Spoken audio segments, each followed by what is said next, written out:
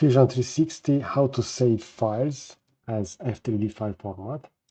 So as you know, Fusion is a cloud-based solution. That means if I will go up to File and Save, in this case, we're going to see that this will be grayed out. Since I didn't do any changes, let's say, for example, that I will edit the following stitch, I will click OK, and now we have the possibility to save this. But if I will save this like with File Save, I can also define a version description. So let's say surface button finished. I can also add a milestone in this case, but I will just click OK.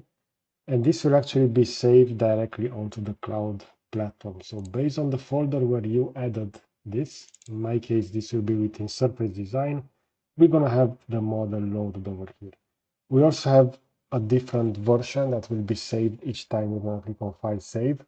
And you can also go back between those. This is one of the main advantages, that for the same file, we're going to have multiple file formats. But let's say that you want to share this with someone else, and maybe you are not on the same team directly within Fusion. So in order to do that, we're going to need to go to File.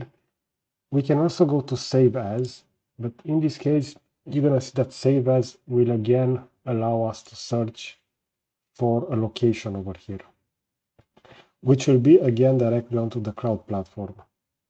So we can either change the folder, in this case a project, or we can create a new project and a new folder and so on.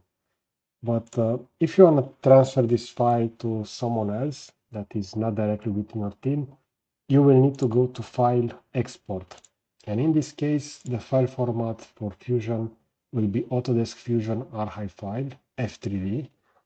And this file format will also integrate, for example, Canvas image reference, like the one over here on the background.